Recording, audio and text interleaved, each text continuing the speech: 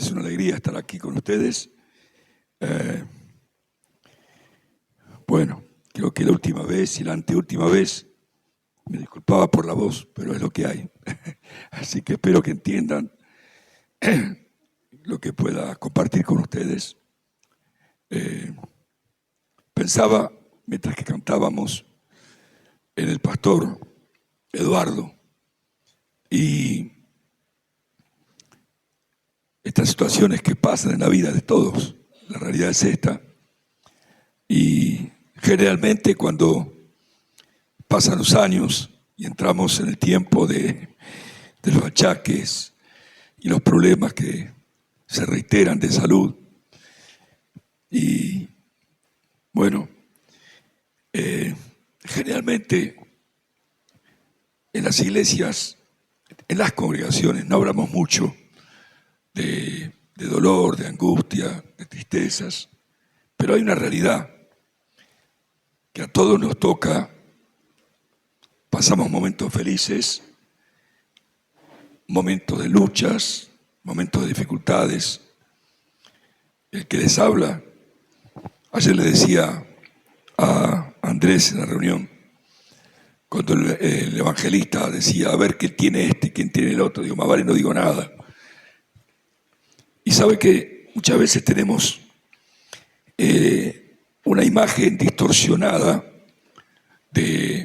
aún de los pastores, porque claro, un pastor no puede enfermarse, un pastor no puede pasar por problemas, porque es el hombre de Dios. Pero le quiero decir que delante del Señor somos todos iguales. No sé si usted me entiende. Me miran todos serios, me comprenden. Todos tendremos que pasar por luchas, todos tendremos que pasar por pruebas, por dificultades. Mientras que estemos en este suelo de tierra, no tenga duda que es así. Y yo quisiera que usted abriera su Biblia, si la trajo, o su celular, como se usa ahora, en Génesis 22. ¿Alguien me podría alcanzar una carpeta que la tengo allá? ¿Vio? La edad también me hace que se olvide las cosas uno. Ese es mi netbook. Gracias, hermana, gracias. Por eso le pedí a la hermana que sacara, porque si no, no entra semejante carpetón. Quiero hablar de una historia muy conocida, que es la historia de Abraham. Allí, nosotros, la mayoría de los que estamos en la iglesia de hace tiempo, conocemos esta historia. Abraham, el padre de la fe, un hombre de una fe y una obediencia inquebrantable, un hombre que realmente agradaba al corazón de nuestro Dios. Dios hace un milagro sobrenatural, poderosísimo en la vida de su esposa Sara. Cuando Sara no podía tener hijos, era estéril. Y el Señor, de una manera sobrenatural, por ángeles que llegan allí, cuando estaba Sara, quizás meditando o haciendo sus quehaceres, y le dicen que ella va a tener un hijo. Ella se rió y no podía creer ni entender cómo iba a tener hijos cuando ella tenía 90 años y Abraham 100 años. O sea, ya en el tiempo que era imposible que pudiera concebir un hijo, y encima Sara era estéril. Pero la Escritura dice que en el tiempo Sara concibió un hijo, un milagro de Dios sobrenatural y poderoso, y le puso por nombre, o le pusieron por nombre Isaac. La palabra Isaac significa risa. Imagino que le habrán puesto ese nombre por la risa que tuvo Sara, que hasta hizo enojar al Señor por causa de que ella no creía en el milagro que Dios iba a hacer en ella. Y es allí cuando Abraham ya tiene 100 años, tiene el hijo deseado. Había una promesa de nuestro Dios de que en él serían benditas todas las naciones y que iba a tener una herencia incontable, que si él mirara las estrellas de los cielos o en los cielos, que no podría contarlas, o mirara la arena del mar, los granos de arena, imposible de contar, así sería su descendencia. Y es allí cuando en esa maravilla del Señor, que Abraham comienza a ver en la vida de Isaac el cumplimiento de esa promesa, es allí cuando el Señor le dice en el versículo 1 y 2, dice esta palabra: aconteció después de estas cosas que aprobó a Dios a Abraham y le dijo a Abraham, y él respondió: heme aquí. Y dijo el Señor: toma ahora tu hijo, tu único Isaac, a quien amas, y vete a tierra de Moriah y ofrécelo allí en holocausto sobre uno de los montes que yo te daré. Mire, es algo incomprensible, ni siquiera nosotros podemos entender, a pesar que está escrito en la Biblia. ¿Cómo Dios podría cumplir con la promesa dada a Abraham si ahora le estaba pidiendo que sacrificara a su único hijo? Es algo inaceptable para cada uno de nosotros.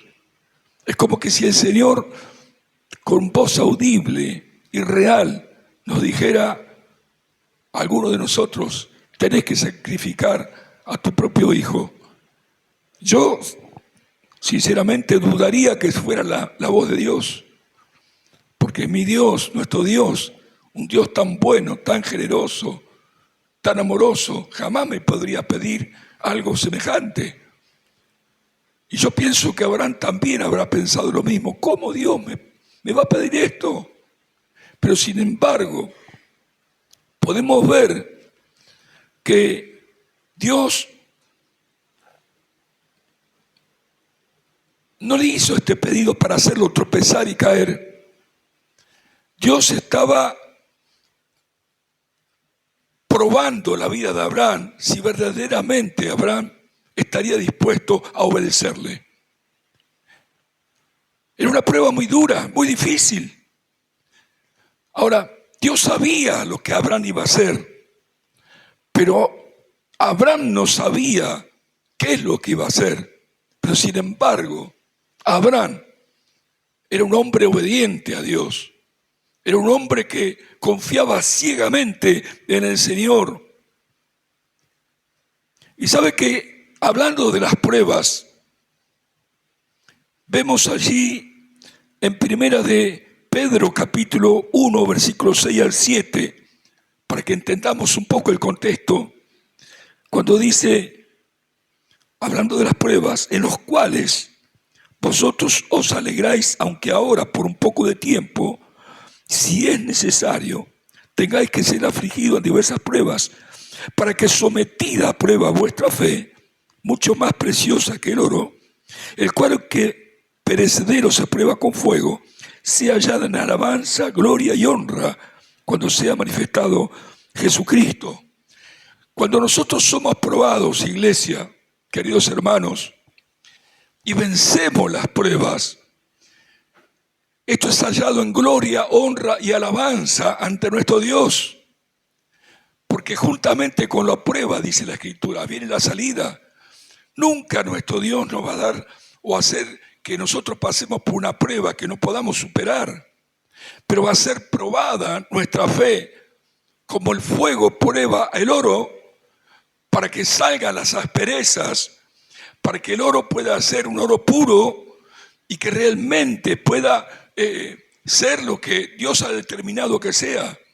Nunca nosotros sabremos cómo está nuestra fe, porque muchas veces decimos, sí, yo tengo fe, y cantamos y alabamos al Señor, pero cuando venga o viene el momento difícil en nuestra vida, de repente nos damos cuenta que nuestra fe no es tan así como nosotros creíamos que era. Muchos dudan, muchos se vuelven atrás de la fe, Muchos aún culpan a Dios por las cosas que le suceden, porque dicen, ¿cómo puede ser que Dios permita lo que me está pasando? Estuve el otro día con el pastor Fabiano, allí en el Sanatorio de la Mujer, visitando a una querida y amada hermana, Susana, y yo veía esta mujer de Dios, una mujer amorosa, una mujer que siempre tenía una sonrisa, la veía chiquitita, achicada, allí en esa cama, ya dormida por causa de los dolores que tenía, y yo pensaba, ¿cómo puede ser, humanamente estoy hablando, que una mujer con tanta vitalidad, una mujer que ha servido a Dios, esté en esta condición? Y realmente me daba tanta pena por ella. Pero, ¿sabe una cosa? Por eso sentí de traer esta palabra en esta noche, para hablar de las pruebas. Y sabe que me di cuenta que hay cosas en el mundo espiritual que nosotros jamás vamos a entender. Todos tendremos que partir. Pero ver el sufrimiento de esta hermana y tener que estar pasando por esa circunstancia tan difícil, duele en el corazón. Partió ella a la presencia del Señor, trayendo tristeza a la familia, pero indudablemente estaban los planes de Dios. Por eso, seguimos con el relato. En aquella mañana siguiente comenzó el acto de obediencia más grande que registra la Biblia en cuanto al ser humano. Abraham comenzó este acto de obediencia, preparó el burrito. Era necesario tener un burrito, lo tenía. Cargó la leña en el burrito para hacer el sacrificio. Afiló el cuchillo con el cual iba a sacrificar a Isaac. Tomó 2 siervos consigo y a Isaac también. Y comenzó esa travesía de 3 días de camino, 100 kilómetros caminando, pensando que cada paso que daba se acercaba el momento donde él tenía que sacrificar a su único hijo. Y yo me imagino los pensamientos de Abraham. Cuando él, que estaba decidido a cumplir con el mandato de Dios, después que sacrificara la vida de su hijo, regresara a su hogar, y Sara le dijera, ¿dónde está Isaac? ¿Dónde quedó? No tendría respuesta, no le podría decir, Dios me dijo que yo tenía que sacrificar a Isaac y así lo hice. Sería una locura. ¿Qué pensarían los enemigos de Dios? Aquellos que siempre escuchaban de boca de los hijos de Dios, Dios es bueno, Dios es amoroso, Dios protege a sus hijos.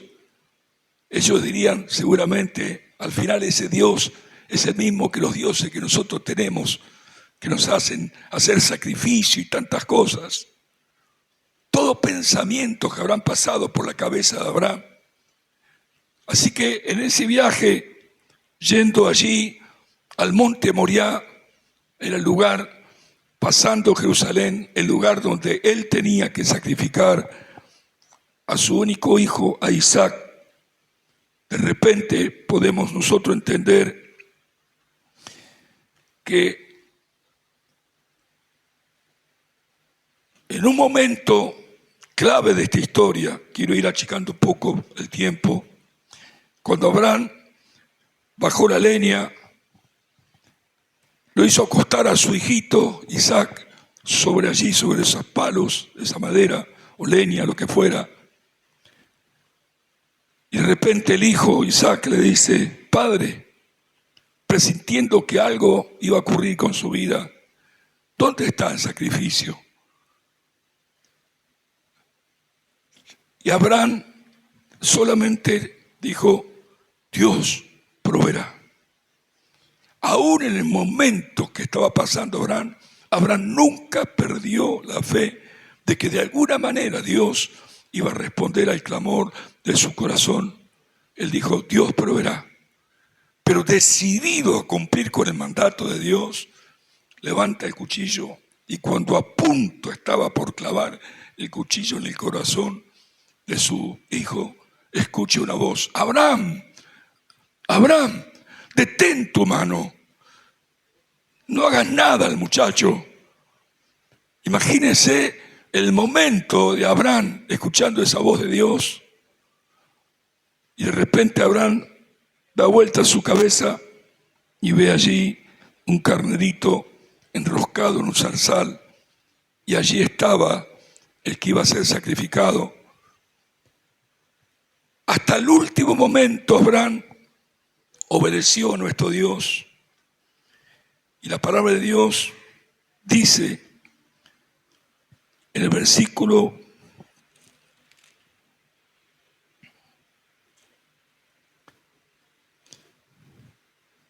16, dice el Señor: y dijo, por mí mismo he jurado, dice Jehová, que por cuanto has hecho esto y no me has rehusado tu hijo, tu único hijo, de cierto te bendeciré y multiplicaré tu descendencia como las estrellas del cielo y como la arena que está a la orilla del mar, y tu descendencia poseerá las puertas de sus enemigos, y en tu simiente serán benditas todas las naciones de la tierra, por cuanto obedeciste a mi voz. Y volvió Abraham a sus siervos, y se levantaron, y se fueron juntos a Berseba, y habitó Abraham en Berseba. ¿Sabe qué? Es tan maravillosa esta historia, el final, como concluye, que hasta el último minuto Abraham estaba dispuesto a sacrificar a Isaac, pero la respuesta de Dios fue que no lo hiciera, y allí la promesa que le había dado. Quiero decirle algo, hermanos. Dios tiene propósitos para cada uno de nosotros. No es solamente aquel que sube aquí arriba, el que predica o el que canta. Dios tiene un propósito de vida, un propósito de servicio, una herencia de parte de Dios para cada uno de sus hijos. Y lo quiere hacer con cada uno de nosotros. El problema somos nosotros. Si verdaderamente entendemos que Dios quiere lo mejor para nuestras vidas, Dios no nos creó para vivir agobiados, entristecidos, amargados, con problemas irresueltos por siempre. Pruebas vendrán, pero también las pruebas se van. Y cada vez que nosotros triunfamos en las pruebas, realmente comenzamos a tener más fe, somos fortalecidos en el Señor. Son buenas las pruebas, hermanos. Dios no se deleita en castigarnos ni probarnos. Él quiere realmente fortalecer nuestra fe, porque tiene propósitos. Y cuando hablo de propósitos, tiene que ver con bendiciones, tiene que ver con servicio al Señor, tiene que ver con ministerios, tiene que ver con tantas cosas que muchas veces nosotros acostumbrados a venir y sentarnos y escuchar una palabra, y si me gusta, digo amén y gloria a Dios y aplaudo, y si no me gusta, digo bueno, ya pasó y me voy y es lo que hay. No, Dios tiene propósitos, pero no depende de Dios. Depende de cada uno de nosotros. ¿Cuántos dicen amén? Depende que entendamos el propósito de Dios. Depende que obedezcamos en nuestra vida cuando Dios nos habla a través de su palabra y entendemos que todos somos importantes para nuestro Dios. No hay nadie más importante aquí que el Señor Jesucristo, hermanos. Nadie más importante. Yo no soy más importante que usted, ni usted, ni usted. Todos somos iguales. Todos hemos sido lavados por la sangre de Jesucristo y todos tenemos una herencia de parte de Dios. Pero Dios va a probar nuestras vidas. Por eso, en 1 de Pedro, capítulo 12, dice: amados, no os sorprendáis del fuego de prueba que os ha sobrevenido sobre vosotros. No se sorprendan cuando viene la prueba. Cuando viene la prueba, que puede ser un problema familiar, puede ser una enfermedad, puede ser un quebranto económico, puede ser un divorcio, una separación, lo que fuera. Cuando viene la prueba, lo que el Señor está diciendo, no te sorprendas, porque nuestra fe va a ser probado a través de la prueba. Y por eso es entender que cuando la prueba viene a nuestra vida, nosotros no tenemos por qué enojarnos, porque convertirnos en hijos de Dios, en cristianos, no nos exime de pasar por el fuego de prueba, hermanos. No, ¿y cómo? Si yo soy ahora un hijo de Dios, ¿y por qué me pasa lo que me pasa? ¿Por qué tengo que sufrir? ¿Por qué me tengo que enfermar? ¿Por qué me tengo que quedar sin trabajo? El por qué siempre está en la vida aún de los hijos de Dios. Por eso Habacuc dijo, ¿por qué permites que haya tanta violencia en la tierra? Le estaba hablando a Dios. Tú que eres limpio de ojos, tú que no puedes soportar la injusticia, ¿por qué permites esto? Y el Señor le dijo, y él le dijo a Habacuc, viene a mi corazón esta palabra, porque mi guarda estaré y veré tocante a mi queja. Habacuc no se quejaba por quejarse. Él iba a orar, él iba a clamar al Señor para que le muestre por qué estaba pasando lo que le estaba pasando. Y el Señor le respondió y le dijo, el justo vivirá por la fe. Y si retrocediere, no agradará a mi alma. Nunca digas por qué. El famoso ¿para qué, Señor? Nunca digas por qué. Porque detrás de una prueba hay un propósito de Dios. No sé lo que te está pasando en tu vida. No sé lo que ocurrirá en tu hogar, en tu familia, en tu salud. No lo sé. Solamente Dios lo sabe. Pero quiero decirte que hay un propósito en tu vida. No reniegues del Señor. No te enojes con el Señor, ni con el pastor, ni con la iglesia. No le eches la culpa a nadie. Simplemente ora al Señor. Porque Dios te va a revelar, Dios te va a mostrar. Porque detrás de cada prueba, como dije, hay propósitos de parte de Dios. Hay distintas fuentes de aflicciones en la vida de los cristianos, hermanos. Les voy a relatar algunas. Las pruebas pueden provenir de otras personas. No es que nosotros metimos la pata, hicimos algo mal. De repente hay gente que nos rodea, que no nos quiere. Un vecino, un familiar, un problema que se genera. De repente estamos contentos, felices. Y llegamos a nuestro hogar y a lo mejor el marido o la esposa no es cristiano y dice, ya te fuiste a perder tiempo allá, ahora venís, ahora que vos querés que yo te sirva, andá, que te sirvan tus hermanitos. Te van a atacar, te van a decir cosas. Y de repente no es que fallaste vos, no es que vos estuviste mal o hiciste un pecado, de repente de personas que lo menos que te podés imaginar te salgan a atacarte. También puede ser pruebas permitidas por Dios para probar lo que hay en tu corazón, en mi corazón. Dios sabe, porque Dios sabe hasta el último cabello que tenemos en nuestra cabeza. Él es Dios. Nada se le pasa por alto, pero Dios nos va a probar en nuestro corazón. En Deuteronomio capítulo 8, versículo 1 al 3, Dios le habla al pueblo de Israel y le dice, después que lo sacó de la tierra de Egipto, de la esclavitud, le dice estas palabras, te traje aquí al desierto para probar lo que había en tu corazón, si ibas a obedecer al Señor o no. Dios le había hablado y le había dicho que ellos iban a heredar una tierra que fluye leche y miel. Ellos salieron contentos, felices, cantando, con riquezas, después de estar 400 años cautivos de los egipcios.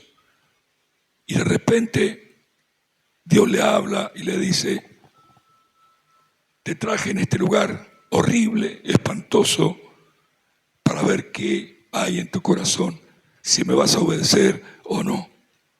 ¿Y sabe una cosa? Ninguno obedeció. Todo ese pueblo se rebeló contra Dios, comenzó a maldecir a Dios. ¿Por qué nos sacaste de la tierra de Egipto? Allá estábamos mejores, aunque sea comíamos cebolla, lo que fuera, pepinos, pero estábamos con vida y ahora todos nos vamos a morir aquí. No era así, hermanos. Dios había preparado todo para que ellos heredasen la tierra que fluye leche y miel. Sin embargo, perecieron por desobedientes. Dios probó el corazón de ellos. Y muchas veces nosotros, sin darnos cuenta, en la prueba Dios está probando lo que hay en nuestro corazón.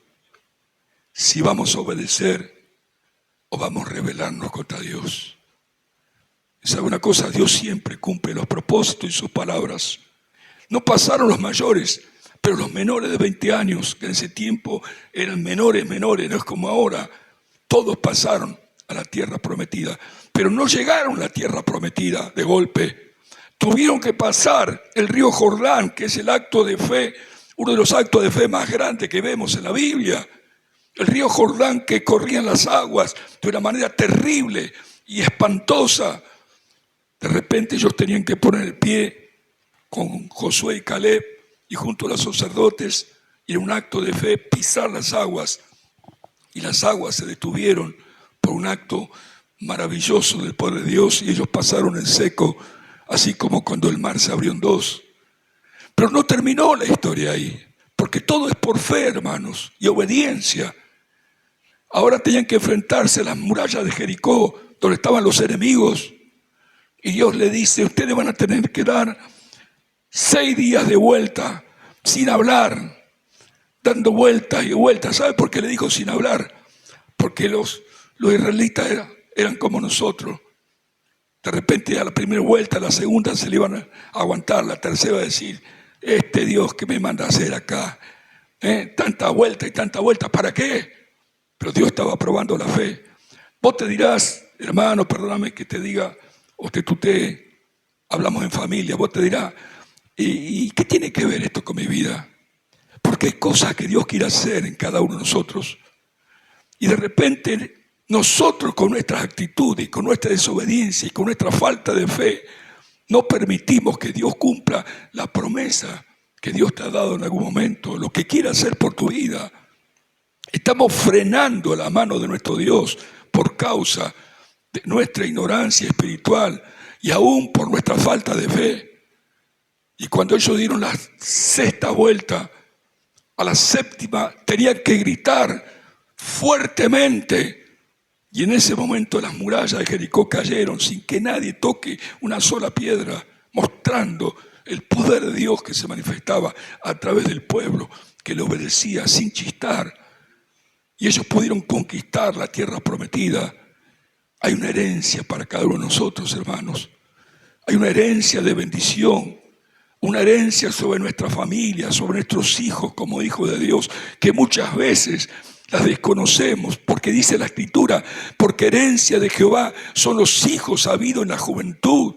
Tú que estás luchando por tus hijos, como yo lucho también por los míos, que estás orando porque se te fueron, no sé a qué lugar, que no quieren venir a la casa del Señor.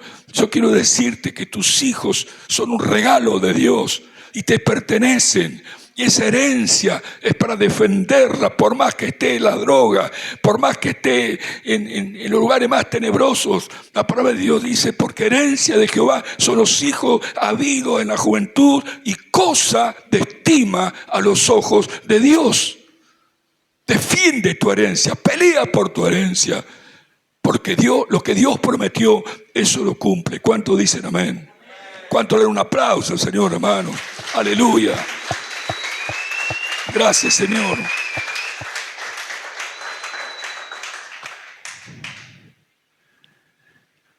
Miren lo que dice Hebreos capítulo 12, versículos 5 y 6. Porque nuestro Dios nos disciplina como un padre corrige a sus hijos para encaminarnos siempre para bien. Por eso dice, hijo mío, no menosprecies la disciplina del Señor ni desmayes cuando eres reprendido por Él, porque el Señor, al que ama, disciplina y azota a todo aquel que recibe por hijo. ¿Sabe? Aquí tenemos un gran problema. Las leyes de hoy, el mundo moderno, dice que el padre no puede ni siquiera tocarle la oreja al hijo. Pero nuestro Padre Celestial nos disciplina, hermanos. Porque la disciplina de Dios es para bien. Y yo no digo que agarre un palo y se lo parte en la cabeza como me lo hacía mi papá conmigo, porque era terrible. Pero yo lo amo y lo respeto porque eran otros tiempos. Déjeme que le cuente algo así, yo lo veo tan serio, así se ríen un poquito. Estaba en 4º grado yo iba desde el 1er grado inferior hasta el 6º grado, fui en el mismo banco con un hermano que tengo, que es el pastor Enrique Montenegro, los dos en el mismo. Mi papá me hizo esperar un año, pues yo soy un año mayor, para que lo esperara a la edad que entraban los chicos a la escuela, y entramos los dos juntos y nos sentamos en el mismo banco, del 1er grado hasta el 6º grado, y en 4º grado había un maestro, mire la memoria que tengo, me acuerdo lo de antes, si usted me dice cómo se llama ahora no me acuerdo, pero me acuerdo de estas cosas. Había un maestro que se llamaba Barriento de apellido, tenía el apellido Barriento. Y yo me porté mal y me dio un cachetazo que me dio vuelta la cara. En ese tiempo se permitía que los maestros disciplinaran a los hijos, a la gente, a los chicos. Y fui a mi casa y fui horrorizado y le dije a mi papá, papá, el maestro Barriento me dio un cachetazo. ¿Dónde? Acá. ¿Acá te lo dio? Sí. Y entonces agarró, ¡pa! Me pegó otro acá él. Yo digo, ¿qué hace? No, porque te falta acá también, dijo. Y al otro día lo veo a mi papá tempranito hablando con el maestro Barriento y me acerco yo a ver qué está hablando mi viejo y escucho que le dice, maestro Barriento, le vengo a agradecer por disciplinar a mi hijo. Yo me quería morir. Lo vengo a felicitar, decía. Yo pensé que lo iba a agarrar de la cabeza, no sé. Pero hermanos, el sufrimiento que pasamos muchas veces es permitido por Dios. No para castigarnos, sino para disciplinar nuestra vida, para tratar con nuestro orgullo, para tratar con nuestro mal carácter, para tratar con nuestras malas decisiones. Había un pastor americano que decía con voz muy gruesa, lo que tú permites, Dios permite. ¿Qué está diciendo? Hay decisiones que nosotros tomamos equivocadas y Dios no tiene la culpa de las decisiones que tomamos. Y Dios permite, porque no es un Dios autoritario, es un Dios clemente, tardo para la ira y grande misericordia, pero respeta nuestras decisiones, hermanos. Por eso, hermanos, entendamos estas cosas. Dios quiere formar un nuevo carácter en nuestras vidas, hermanos. ¿Sabe? Muchas veces no nos damos cuenta, pero nuestro carácter dista mucho de ser como Dios quiere que sea. Y sabe, en 2 Corintios capítulo 4, versículos 7 y 8, dice así, pero tenemos este tesoro en vasos de barro, para que la excelencia del poder sea de Dios y no de nosotros, que estamos atribulados en todo, mas no angustiados, en apuros, mas no desesperados, derribados, pero no destruidos. Dios permite, hermanos, que estemos en tribulación, pero no angustiados. Nunca jamás tenemos que entrar en angustia, porque tenemos un Dios que nos ve, un Dios que nos cuida, un Dios que nos guarda, un Dios que dijo, yo estaré todos los días hasta el fin del mundo con vosotros. Dios permite que estemos en apuros, pero no desesperados, hermanos. Nosotros vamos a ver nuestra fe en los momentos de prueba para darnos cuenta cómo estamos en cuanto a la fe en nuestro Dios. Dios permite que seamos perseguidos por tanta gente, pero no desamparados, hermanos. Es tiempo que entendamos que aún tengamos que pasar por aflicciones y hasta por situaciones en donde tengamos que partir a la eternidad por alguna enfermedad, por un accidente, pero tenemos la certeza de que tenemos vida eterna a través de Cristo Jesús. Saber que Él tiene asegurado un lugar donde no hay lloro, no hay dolor, no hay tristeza, donde el mismo Señor Jesucristo, dice Apocalipsis capítulo 20 versículo 4, enjugará toda lágrima de aquellos que han llegado a su presencia, secará sus lágrimas y las pone en una redoma. Significa que cada lágrima que usted haya derramado en este suelo de tierra, para nuestro Dios tiene una importancia extraordinaria, y Él las guarda en un vasito o una tacita, para que cuando lleguemos allí Él nos va a mostrar: mira, tus lágrimas yo las veía, tu tristeza yo la veía, tu dolor, tu llanto, yo lo estaba viendo. No era indiferente para mí. Somos un especial tesoro para nuestro Dios, hermanos. Y Dios nos ama. Por eso dice la palabra: porque con amor eterno te he amado y te prolongué mi misericordia. Y voy terminando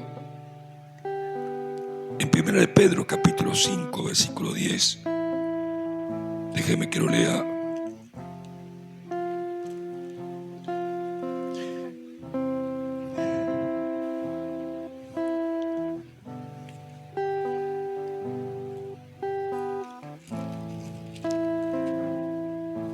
Dice así: mas el Dios de toda gracia, que nos llamó a su gloria eterna en Jesucristo, después que hayáis padecido un poco de tiempo, Él mismo os perfeccione.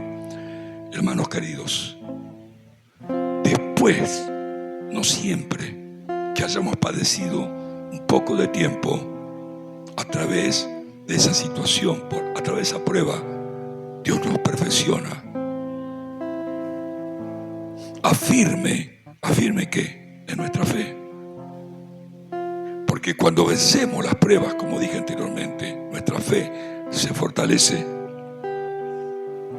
Fortalezca y establezca. Fortalecida nuestra fe, vamos a estar establecidos en el propósito de Dios, hermanos. ¿Sabe? Quiero terminar de esta manera. Para todos aquellos que están pasando por tribulación, por angustia, por alguna enfermedad, hay dos tipos de fe. Hebreos capítulo 11 versículo 1 dice: es pues la fe, la certeza de lo que se espera y la convicción de lo que no se ve. Certeza y convicción son dos cosas diferentes. Certeza es la que tenía la mujer que tenía flujo de sangre, y por largos 12 años ella padeció esa enfermedad. Dice la Escritura que ella gastó todo su dinero en los médicos y no tenía sanidad en su cuerpo. Pero cuando vio a Jesús rodeado de una multitud, ella dijo: si tan solo yo tocare el manto del Señor, seré sana de mi azote. Y se arrastró por medio de la multitud con esa debilidad, pero trataba de llegar sí o sí, porque ella tenía certeza que en Jesús estaba su victoria. Y cuando pudo acercarse, tocó el manto del Señor. Y Jesús dijo: ¿quién me tocó? Y los discípulos dijeron: Señor, te rodean miles de personas aquí. No dice miles, pero te rodea una multitud. Y tú dices: ¿quién te tocó? Todo el mundo te está tocando. Pero Jesús dijo: no, este toque fue diferente, porque fue un toque de fe. Porque virtud, dice la palabra, salió de mí, dijo Jesús. La virtud sanadora. Cuando nosotros, hermanos, pase lo que pase en nuestra vida, aunque sea toquemos el manto de Jesús por la fe, el milagro que usted está esperando va a ser hecho, hermanos. Porque Dios premia la fe. Y ella tenía certeza. Y es lo que te quiero decir esta noche. Ten la certeza que si tienes fe, la fe tuya va a mover la mano de Dios para hacer el milagro que estás esperando. Y la otra palabra es convicción. Convicción es la que tuvo Bartimeo, el ciego, que estaba junto al camino. Y él sabía que Jesús venía. Y sabía que Jesús era su única esperanza para poder ser sano de esta ceguera que lo tenía marginado de todo. Y comenzó a gritar: Jesús, hijo de David, ten misericordia de mí. Le decían: cállate, no molestes a Jesús. Pero cuando más le decían cállate, él gritaba más: Jesús, hijo de David, ten misericordia de mí. Hasta que Jesús le escuchó y se acercó a Bartimeo y lo tocó, y Bartimeo recibió la vista. Convicción. Convicción es lo que tenemos que tener, hermanos. Convicción en la palabra. Convicción es una convicción, es una certeza, es la seguridad de lo que Dios ha prometido. Eso lo va a cumplir, hermanos. Arrastré una enfermedad por 20 años, un reuma en la sangre. Lo tomé me agarró a los 18 años de edad. Estuve 3 meses internado en el Hospital San Martín de Buenos Aires, La Plata. Vivía allá en Buenos Aires yo. Me tuvieron 60 días internado y me metían 2 inyecciones de Bezetacil de 5 millones de lo que fuera por cada inyección. Hermano, era para matar un elefante. 2 por día. 120 inyecciones en 60 días. Era un palito y los médicos decían: este no pasa. Este, si se salva, va a morir al poco tiempo. Así decían. ¿Y sabe una cosa? Esa enfermedad me estaba matando. Pesaba 40, 50 kilos. Y un día, en mi lecho de enfermo, yo dije: Señor, tu palabra dice en Santiago capítulo 5 que si alguno esté enfermo, llame a los ancianos, y los ancianos le ungirán con aceite, y la oración de fe sanará al enfermo. Tú lo dijiste, Señor. Yo te lo leo, pero te recuerdo que tú lo dijiste, Señor, y yo te creo. Y sabe una cosa, me puse de pie como podía. Estaba solo, me arrastraba, no tenía fuerzas. Y estoy hablando de esto hace 50 años, cuando el templo Santuario de Fe todavía no existía. Estaba allí en una escuela donde ahora funciona Fuente de Vida. Y llegué ahí, que en una congregación pequeña, y le dije a 4 ancianos que estaban ahí: Oscar Fontana, bueno, algunos lo conocen, Ramón Benítez, Mario Franco, que ya partió a la presencia del Señor, y no me acuerdo el otro ahora. Y le dije: muchachos, necesito que me unjan con aceite. ¿Qué? Necesito que me unjan con aceite. Por favor, y oren por mí. Y lo hicieron.